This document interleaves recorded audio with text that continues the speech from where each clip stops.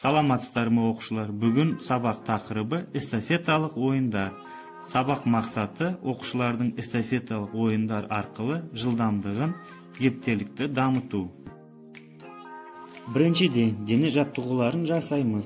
Слайдка карай А арпинен баштап Д арпине дейин жасайбыз. Слайд аркылы эстафетада кандай жарыс оюндар бар экендигин билип аласыздар. Эстафета оюндарын баштаудун алдынан топтарга бөлүнөбүз. Биринчи жарыс допты эденге уруп, фишкалардын арасында өткүзүү керек. Экинчи жарыс допты аяк арасына кыстырып, фишкалардын арасына жылдамдыкпен жүрүү.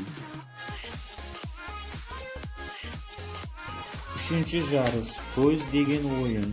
Биринчи оюнчу жүгүрүп келген соң экинчи оюнчуну алып кетеді. Сонымен барлық оюнчулар келген сайын бір-біріне қосылып кете береді. Төртүнчү оюн жылдамдыкпен жүгүрүп барып келүү. Бесинчи жарысымыз арқан тартуу. Осымен эстафеталык оюндарымыз аякталады. Назарларыңызга рахмет.